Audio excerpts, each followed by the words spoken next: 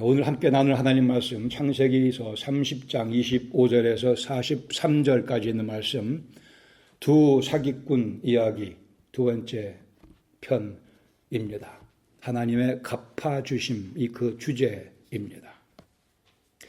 예수님 믿는 우리에게는 항상 두 가지 생각을 갖고 있어야 합니다. 하나는 내가 먼지와 죄에 지나지 않는 존재였다고 하는 사실. 그러나 예수님 믿고 난 지금 내 인생은 분명코 하나님의 계획 안에서 진행되고 있다고 하는 사실입니다. 분명코 하나님의 계획 안에서 내 인생이 진행되고 있다고 하는 사실. 나는 야곱 같은 인생입니다. 아니, 더 추할 수도 있습니다. 그러나 야곱을 택하시고 이끄신 여호와 하나님께서 내 하나님도 되신다고 하는 사실입니다. 두 사기꾼 이야기, 여기 대단한 사기꾼 두 사람, 삼촌과 조카의 관계, 리브가가 그 중간에 연결고리라 생각이 됩니다. 그 DNA가 우리 야곱의 스토리 사기로 시작해서 사기로 진행됩니다. 29장에 보시면 야곱의 가족이 번성합니다. 11명의 아들과 1명의 딸을 하나님께서 야곱에게 허락하십니다. 거기에 복잡한 관계가 얽혀있고 질투와 경쟁심, 그러나 하나님께서 그 모든 것도 다 활용하시며 당신의 계획을 진행시키고 계십니다. 오늘 보려고 하는 30장에 보시면 이제는 야곱의 물질 재산의 번성이 기록되어 있습니다. 29장에서는 라반이 야곱을 속여 먹었습니다. 그러나 30장에서는 야곱이 라반의 꾀를 압도하는 내용이 기록되어 있습니다. 사기꾼 야곱에게 사기를 쳤던 더 큰 사기꾼 라반이 이제 야곱에게 한편 당하는, 야곱이 자기 몫을 챙기는 그러한 장면, 여기에 그러나 하나님의 간섭하심이 계속 저변에 흐르고 있음을 우리가 보게 됩니다. 본문 내용을 한번 쭉 같이 살피게. 첫 번째 25장 25절 상반절에 보시면 야곱의 인생의 전환점이 찾아옵니다. 라헬이 요셉을 낳았을 때, 여라문째 아들 요셉을 낳았을 때, 여기 라헬이 사실 야곱이 더 사랑하던 아내였지만 라헬에게 아들이 자녀가 없었어요. 하나님께서 라헬을 불쌍히 여기시고 라헬에게 요셉을 주셨습니다. 야곱이 자기 고향을 떠난 지 적어도 14년의 세월이 흘렀습니다. 7년 그리고 또 7년. 이제 11명의 아들과 딸을 낳고 라헬로부터 요셉도 낳기 때문에 이게 이제 소위 말하는 결혼의 완성이 이루어진 것입니다. 결혼을 했지만 아내가 아기를 낳지 못하면 언제고 남편에게 버림받을 수 있는, 그러기에 아버지였던 라반도 걱정이었는데 자기 딸 라헬이 요셉을 낳음으로 이제 라헬도 명실상부한 야곱의 아내가 되었습니다. 그러기에 결혼의 완성이 이루어졌다 볼 수 있고, 요셉은 자기 고향으로 돌아가고 싶었습니다. 거기에 두 가지가 필요해. 하나는 라반의 허락이 필요했습니다. 지금까지 라반 집에서 일하고 있던 야곱, 라반의 허락을 받아 두 딸을 데리고 내가 두 딸을 버리지 않겠나가 이제 환경이 조성이 됐어요. 아들을 요셉을 낳았으니까. 그래 라반의 허락이 필요했고, 두 번째로는 재산이 필요했습니다. 재산이 무일푼 다 라반의 것이었어요. 라반을 위해서 야곱은 일했기 때문에. 그러기에 야곱은 고향으로 돌아가고 싶었거니와 또한 동시에 이것이 하나님의 계획이기도 했습니다. 창세기 28장 15 우리가 전에 봤던 하나님께서 사닥다리를 차고 야곱을 찾아오셨을 때에 그렇게 이렇게 말씀하셨어요. 15절에 내가 너와 함께 있어 내가 어디로 가든지 너를 지키며 너를 이끌어 이 땅으로 돌아오게 하리라. 야곱은 계속해서 라반의 집에 머물 수 없는 사람이었고 자기 아버지 이삭, 자기 할아버지 아브라함의 땅으로, 고향으로, 약속의 땅으로 되돌아와야 될 사람이었고 그게 하나님의 계획이었습니다. 야곱도 고향 가기를 원했고 하나님의 뜻에 의해서 이제 라헬이 요셉을 낳음으로 그렇게 돌아갈 수 있는 여건이 마련됐습니다. 그래 25절에 보시면 이제 야곱과 라반의 반복되는 대화가 쭉 나옵니다. 25절에 야곱이 요청을 합니다. 나를 보내어 내 고향 나의 땅으로 가게 하소서. 그리고 내가 외삼촌에게서 얻은 처자 즉 레아와 라헬 내게 주셔서 가게 하소서. 27절 28절 보시면 라반이 대답을 합니다. 여호와께서 너로 말미암아, 여기 라반이 어떻게 하나님께서 야곱을 대하셨는가를 고백하고 있습니다. 여호와께서 너 야곱 때문에 나에게 복 주신 줄을 내가 안다고 라반이 고백을 합니다. 그러면서 내가 나를 사랑스럽게 여기거든 여기에 머물라고 합니다. 그리고 품삯을 정하면 내가 품삯을 주겠노라. 네 것으로 갖게 해주겠노라. 29절에 야곱의 논리가 전개됩니다. 예삼촌 내가 왔을 때 별거 없었지만 내가 온 후에 하나님께서 많은 복을 나를 통해 주셔서 외삼촌이 부자가 되지 않았습니까? 내 발이 이르는 곳마다 여호와께서 복을 주시지 않았습니까? 나 때문에 득을 많이 보지 않았습니까? 여호와께서 외삼촌에게 복을 주셨나이다. 30절에 그러나 나는 언제나 내 집, 내 재산을 모으겠나이까.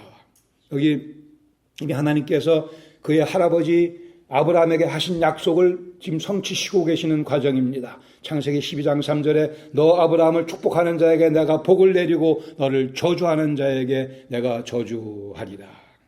여기 야곱 때문에 라반이 복을 받았습니다. 라반이 31절에 보시면 어떻게 내가 너에게 품삯을 주랴. 31절 하반절에 야곱이 대답합니다. 뭘 주실 거 없습니다. 지금부터 내가 열심히 양떼를 키우고 염소를 키워서 내가 내 재산을 불리겠다고 합니다. 그러나 아주 불리한 조건을 제시합니다. 앞으로 태어나는 양 중에 아롱진 것과 점 있는 것과 검은 것, 이게 다 적게 태어나는 양수입니다. 양의 종류입니다. 그러니까 양들은 대부분 다 하얗습니다. 가끔 점 있는 거, 얼룩진 거, 검은 게 태어나고 염소의 경우는 다 까맣습니다. 그런데 가끔 점 있는 것과 아롱진 것이 태어나는데 그런 것들 삼촌 나에게 주세요. 당시 목자들은 보통 10% 내지 20% 정도의 그러한 수고를 100명의 양을 키우면 10마리 정도, 20마리 정도를 주는 건데 양은 흰색이 대부분이고 염소는 검은색이 대부분, 색이 섞인 양과 염소는 극히 드물었습니다. 그냥 편의상 제가 흰 양은 또 검은 염소는 순종, 그리고 그렇지 않은 점 있는 거, 아롱진 거는 잡종이라고 그냥 제가 부를게요. 그러니까 즉 대부분 순종이라는 뜻입니다. 이거는 절대적으로 라반에게 유익한 그러한 거래였습니다. 여기 레아로 또 라헬로 사기를 쳤던 라반은 또 기분이 아주 좋았을 겁니다. 이 야곱이 아무것도 모르고 엉뚱한 자기 손해가 될 만한 그러한 거래를 해오는구나. 라반이 34절에 동의하죠. 그리고는 라반은 한 발짝 더 나가 35절 이하에 보시면 이 점 있는 것들, 아롱진 것들, 검은색 이런 것들을 싹 다 뺐습니다. 야곱에게서. 그리고 자기 아들들에게 그 양들을 키우게 하고 또 야곱과 자기 아들들이 키우는 양거리의 사이를 약 사흘 거리를 떨어뜨리게 한다고 36절에 말씀하고 있어요. 결국은 외적으로 본다면 야곱이 이런 검은 거, 아롱진 거 이런 것들을 만들어낼 그런 가능성을 최소화하고 있는 그러한 상황입니다. 라반의 계산과 계획에 의하면 이제 야곱은 쫄딱 망하게 되어 있는 상황이었습니다. 그런데 여기 라반의 결정적인 실수는 야곱이 앞으로 어떻게 할 거냐라고 묻지를 않았어요. 여기서 이제 야곱의 묘수 등장을 합니다. 37절에 가서 보시면은 야곱이 묘책의 두 가지 측면, 하나는 약간 미신적인 측면이 있고 또 하나는 합리적인 측면이 있습니다. 제가 이 내용을 좀 읽어드릴 필요가 있을 거라고 생각합니다. 37절에 보시면 야곱이 버드나무와 살구나무와 신풍나무의 푸른 가지를 가져다가 그것들을 껍질을 벗겨 흰 무늬를 내고 그 껍질 벗긴 가지를 양떼가 와서 먹는 개천의 물 구유에 세워 양떼를 향하게 하며 그때가 물을 먹으러 올 때 새끼를 베니 가지 앞에서 새끼를 뱀으로 얼룩얼룩한 것과 점이 있고 아롱진 것을 낳은지라.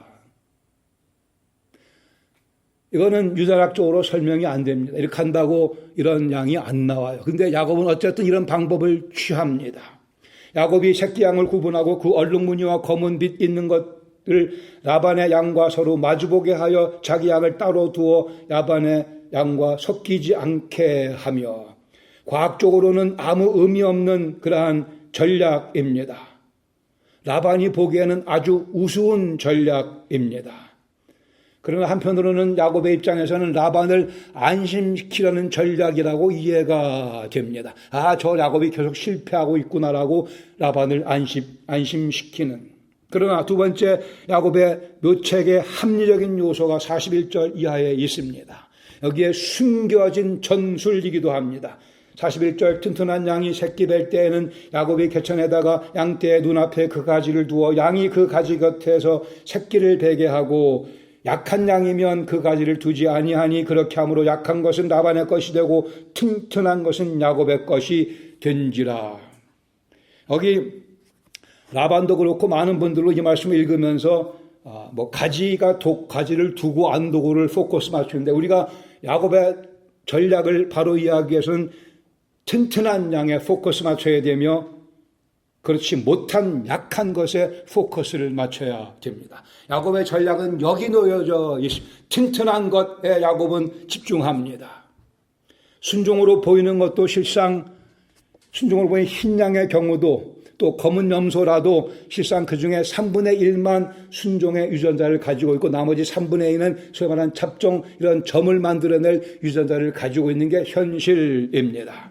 그래서 이렇게 교배를 하게 되면 적어도 25% 정도는 점 있는 게 나오게 되어 있는데, 야곱의 전략은 그게 아니고 야곱은 튼튼한 놈을 골라서 그런 튼튼한 잡종들을 골라서 튼튼한 잡종과 교배를 시킴으로 해서 튼튼한 것은 다 잡종으로 나가고 있는 그러한 전략을 택하게 됩니다. 약한 것은 약한 순종끼리 해서 라반의 것이 되게 하고 직거는 튼튼한 것으로 해서, 이것은 야곱이 유전자 공학을 알아서라기보다는 자기의 경험에 근거한 지혜라고 생각이 됩니다.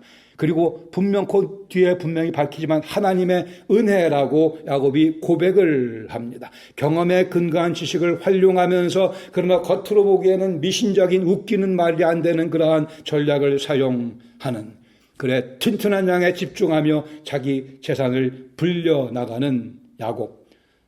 43절에 보시면 이에 야곱이 매우 번창하여 양떼와 뿐이 아니고 양떼를 팔아 노비도 사고 낙떼도 사고 나귀도 사고 부자가 됩니다. 이는 창세기 28장 14절 말씀, 내 자손이 야곱 너의 자손이 땅의 티끌과 같이 되어 내가 서쪽과 동쪽과 북쪽과 남쪽으로 퍼져나갈 것이다. 여기 퍼져나갈 것이라는 표현과 번창하다라는 표현이 같은 단어입니다. 하나님께서는 28장에 사닥다리를 타고 오셔서 하신 약속을 야곱에게 지금 성취시켜 주십니다. 야곱의 삶이 번창 퍼져나가고 있습니다. 사라의 태를 여신 하나님께서, 라헬의 태를 여신 하나님께서 야곱에게 복을 주고 계십니다. 함께 한 가지 교훈 나누겠습니다. 하나님께서는 공정을 베풀기 위해 우리 삶 속에 깊숙이 간섭하십니다. 하나님은 공정을 베푸시기 위해, 야곱은 죽 한 그릇으로 에서의 장자권을 탐내며 탈취했을 때 하나님에 대한 생각이 별로 없었습니다. 아버지 이삭의 집을 도망쳐 나와 돌베개를 베고 잠들었을 때에도 하나님의 계획에 대해 거의 생각이 없었습니다. 그러나 하나님께서는 야곱을 잊으신 적이 없으십니다. 둘째 아들 탕자의 아버지가 그 둘째 아들 탕자를 한 번도 잊은 적이 없었듯이 라반의 집에서 20년 동안 야곱이 고생하며 지냈지만 하나님께 간절히 기도했다, 하나님을 찾았다, 이런 식의 표현이 없습니다. 창세기 31장 9절, 그러나 이러한 번창을 경험하고 난 다음에 야곱이 뒤에 고백하기를, 그 라반의 아들들에게 얘기하기를, 창세기 31장 9절에 하나님이 이같이 그대들의 아버지의 가축을 빼앗아 내게 주셨느니라. 이제야 바른 고백을 야곱이 하고 있습니다. 하나님께서 라반에게 사기를 당한 야곱의 삶 속에 개입하시며 공의를 베풀어 주십니다. 번창을 경험하며 하나님께서 자기 삶에 개입하심을 깨닫기 시작하는 야곱이 성장을 경험하고 있습니다. 다시요, 야곱은 잘한 게 아무것도 없는 사람입니다.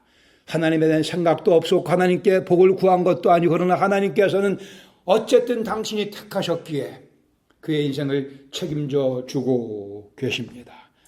우리가 잘한 거 있어서 이 자리에 서 있는 것이 아니고 하나님의 전적인 은혜로, 하나님의 주권적 사랑으로 우리는 구원을 받고 이 아름다운 인생을 구가하며 살고 있습니다. 그러나 그 삶 가운데 이 세상 살아가며 야곱도 그러했고 우리도 그렇고 억울한 경험들을 하게 마련입니다. 억울한 경험을 하게 마련입니다. 아니, 오늘 같은 세상에서는 의롭게 행동하면, 열심을 내면 더 손가락질 받고 더 왕따 당하고 더 억울한 일을 경험할 가능성이 많아지는 현 세태입니다. 그러나 우리는 기억하십시다. 오늘 현실에도 하나님께서는, 아니 오늘 내 삶 속에도 하나님께서는 깊숙이 개입하시며 우리의 삶 속에 억울함을 풀어주시고 공정을 베풀어 주시는 분이십니다. 하나님은 공정을 좋아하시며 공정을 지키시는 분, 그 하나님이 우리 하나님이십니다. 시편에 보시면 억울한 사정을 토로하는 내용들로 가득 차 있습니다. 더더군다나 의인의 경우는 여호와의 이름 때문에, 예수님의 이름 때문에 억울함을 더 당하며 살게끔 되어 있습니다. 특별히 그리스도인으로서 우리가 고귀한 가치관을, 빼어난 가치관을 내 삶 속에서 보여주며 살려고 하다 보면 억울함 당합니다. 억울함이 있는 것이 일면 이 땅에 사는 우리에게는 당연한 경험입니다. 그러나 우리가 기억할 것은 그 억울함이 우리를 치고 올 때에 우리에게 면류관이 동시에 주어진다고 하는 사실입니다. 하나님께서 가만 계시는 것 같지만 결코 가만히 계시지 않습니다. 욥기 5장 14절 말씀하기를, 지혜로운 자가, 지혜롭다 생각하는 자가 자기의 계획에 빠지게 하시는 하나님이라 말씀하십니다. 간교한 자의 계략을 하나님께서는 무너뜨리신다고 말씀하십니다. 우리가 믿지 않는 사람과 특별히 섞여 지내야 되는 상황 가운데 공정을 베푸시는 하나님에 대한 우리의 믿음과 신뢰를 놓쳐서는 안 될 것입니다. 여기 라반 사흘의 거리를 유지합니다. 지혜롭다 생각하는 라반의 계략입니다. 간교한 라반의 계략입니다. 그러나 야곱은 사흘 떨어진 그 곳에서 마음껏 자기 전략을 발휘하며 활용하며 자기의 재산을 늘려가고 있었습니다. 라반이 실수한 거죠. 라반이 더 자세하게 살폈어야 되는데 그리하지 못했습니다. 하나님께서는 과연 갚아주시는 분이십니다. 출애굽기 12장 36절에 보시면 애굽에 종살이하고 난 다음에 출애굽할 때 여호와께서 애굽 사람들에게, 이스라엘 백성에게 은혜를 입히게 하사 이스라엘 백성들이 구하는 대로 주게 하심으로 이스라엘 사람들이 애굽 사람들의 물품을 취했다고 되어 있습니다. 종살이에 대한 하나님의 자그마한 일종의 보상입니다. 다시 한번 기억하십시다. 분명히 야곱의 번창은 여호와 하나님께서 야곱을 택하셨기 때문입니다. 야곱의 꾀도 아니요, 야곱의 뛰어난 지략도 아니요. 야곱의 번창은 형이 동생을 섬길 것이라고 하나님께서 예정하셨기 때문입니다. 감사하게도 우리는 야곱과 많이 비슷합니다. 부정적인 면에서 우리가 야곱입니다. 그러나 긍정적인 면에서도 우리가 야곱입니다. 다시 우리가 주 앞에 나눌 것은 아무것도 없는 존재이나 하나님의 주권적인 사랑이 우리를 택하셨고 우리를 오늘도 사용하고 계십니다. 야곱의 번창은 하나님께서 사닥다리를 타고 내려오셔서 야곱을 만나 주셨기 때문입니다. 당신의 계획을 계시하시고 밝히시고 약속해 주셨기 때문입니다. 야곱의 번창은 야곱이 이삭의 아들이기 때문이며 아브라함의 아들이기 때문에 그렇습니다. 우리 인생의 영적인 번창은 우리를 창세전에 하나님께서 그리스도 예수 안에서 우리를 택하셨기 때문입니다. 하나님의 택하심에 감사 또 감사하십시다. 그러기에 우리는 넘어질 수 없는 존재입니다. 우리는 번창할 수밖에 없는 존재입니다. 여호와의 이름을 부르는 자들은 결코 수치를 당치 아니하리라 약속하셨기 때문에 우리의 영적인 번창이 보장되어 있습니다. 아니, 물질이 가난할 수 있죠. 그러나 우리 영혼은 더욱더 고귀해질 수밖에 없습니다. 날이 가면 날이 갈수록 우리 인생의 마지막이 점점 다가오면 다가올수록 우리는 더 아름다운 견고한 예수님 닮은 모습으로 번창하게 되어 있습니다. 우리 인생의 영적인 번창이 보장되어 있는 이유는 우리가 아브라함의 후손이기 때문이요, 더 나아가 하나님의 딸이요 하나님의 아들이기 때문에 그랬습니다. 야곱 때문에 라반이 복을 받았습니다. 야곱 때문에 라반이, 이제는 우리 때문에 우리 주위에 있는 사람들이 복을 받아야 합니다. 가끔 그런 얘기를 들어요. 카페에 딱 저랑 몇 명 같이 한 10명이 들어갔더니만 텅텅 비어 있는데 1분, 2분, 3분, 4분, 5분 지나면서 손님들이 막 들어와요. 그럼 우리는 뭐라고 그래요? 우리가 손님을 끌고 왔다. 모르죠. 우리가 하나님의 사람이니까. 아니, 그런 거 말고 우리는 하나님의 사람이기에 하나님께서 야곱 때문에 라반을, 하나님께 나중에 요셉 때문에 보디발을 복 주셨듯이 우리 때문에, 아니요, 장사 잘 되는 거 얘기하는 거 결코 아닙니다. 우리 때문에 그분들이 영적인 복을 경험할 수 있는 그러한 복의 통로가 되어야 될 것입니다. 그럼에도 불구하고 우리 주위에 있는 하나님 모르는 사람들, 야곱이 라반에게 당했듯이 우리 것을 뺏어갈 수도 있습니다. 우리의 가축을 훔쳐갈 수도 있습니다. 그러나 그렇다면 그 가축은 하나님께서 다시 뺏어서 우리에게 되돌려 주십니다. 아니요, 돈 띄인 분들도 많이 계시죠. 사기당한 분, 그거는 갚아주실는지 그건 제가 모르겠습니다만은, 그러나 그것 때문에 우리는 더 큰 영적인 복을 하나님께로부터 받아야만 한다는 말씀입니다. 여긴 참 아멘하기가 어려운 장면인 거 제가 압니다만은 우리가 믿어야 되는 내용입니다. 다 있는 거 다 어차피 놓고 가게 돼 있어요. 그러니까 그것들을 다 어찌하든 주님 영광을 위해서 투자하고 활용하는 지혜가 필요합니다. 하나님은 결코 손해보지 않으시는 분이며 하나님은 손해볼래야 손해볼 수 없는 분이십니다. 누구도 하나님께로부터 무엇을 뺏어갈 수도 없고, 누가 뺏어간다고 해서 하나님의 재산이 줄어드는 경우는 전혀 없습니다. 우리는 그 하나님 집에 들어가 살고 있어요. 누가 하나님께서 무엇을 뺏어가서 하나님 재산이 충나게 할 수 있겠습니까? 가져가 봐야 하나님 것인 것을 계속해서. 하나님 결코 손해보지 아니하십니다. 우리 눈에는 그렇게 보이기도 하죠. 내가 손해를 보기도 하지만, 그러나 그 손해본 것, 물질의 손해 아깝긴 하겠으나 그러나 결코 그것을 우리가 무의미하게 손해보는 것으로 그쳐서는 안 될 것이라는 말씀입니다. 라반의 것을 빼앗아 야곱에게 주신 그 하나님께서 오늘도 동일하게 역사하십니다. 누군가 내 것을 뺏어갔다고 한다면 하나님께서 그것을 빼앗아 더 좋은 것으로 나에게 갚아 주십니다.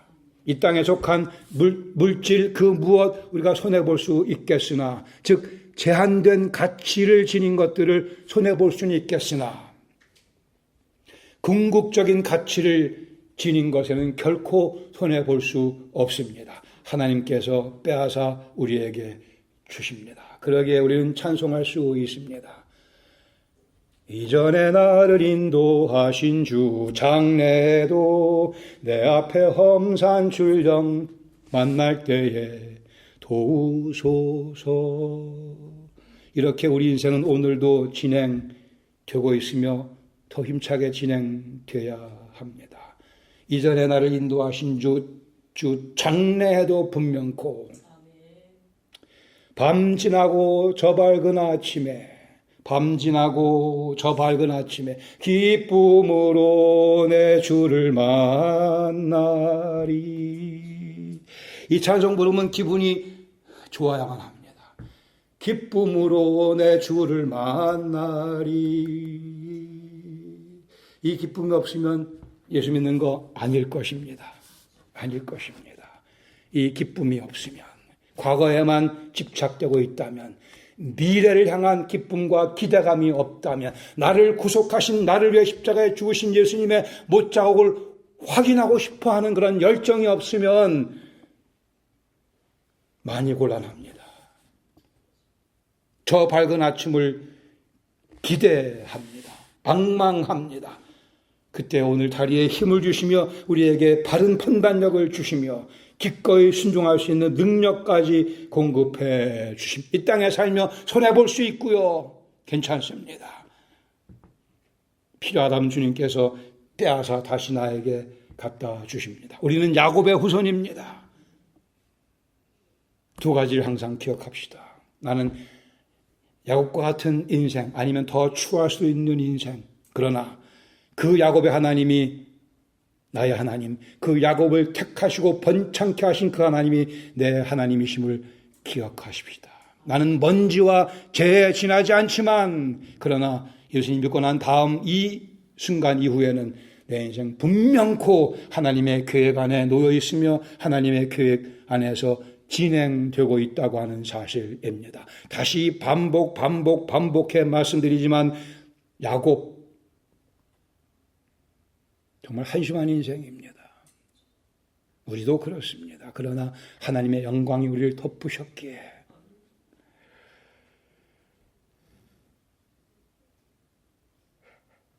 우리는 야곱처럼 에서를 사기치는 일에 가담하기도 합니다. 또는 야곱처럼 라반에게 사기를 당하는 경험도 합니다. 그러나 하나님께서 보고 계십니다. 지대한 관심을 가지고 살피고 계십니다. 불꽃 같은 두 눈으로 우리 인생을 살펴주십니다. 우리는 그 존전 앞에서 오늘 인생을 살아가고 있습니다.